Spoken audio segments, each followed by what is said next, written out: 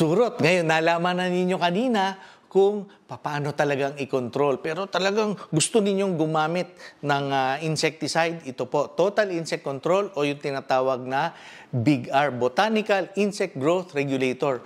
20 ml per liter. Ito po ay 120 ml. 6 liters na po magagawa nito. Paano yan? Anong panukat nito? Simple lang po. Yung takip po nito, kung lalagyan ninyo ay 5 ml. So, depende sa sprayer ninyo. 4 na takip, 1 litro na po yan. Pag mag-spray po kayo, wag dun lang sa nararamdaman ninyo, yung kama ninyo. Naku, wag lang yon.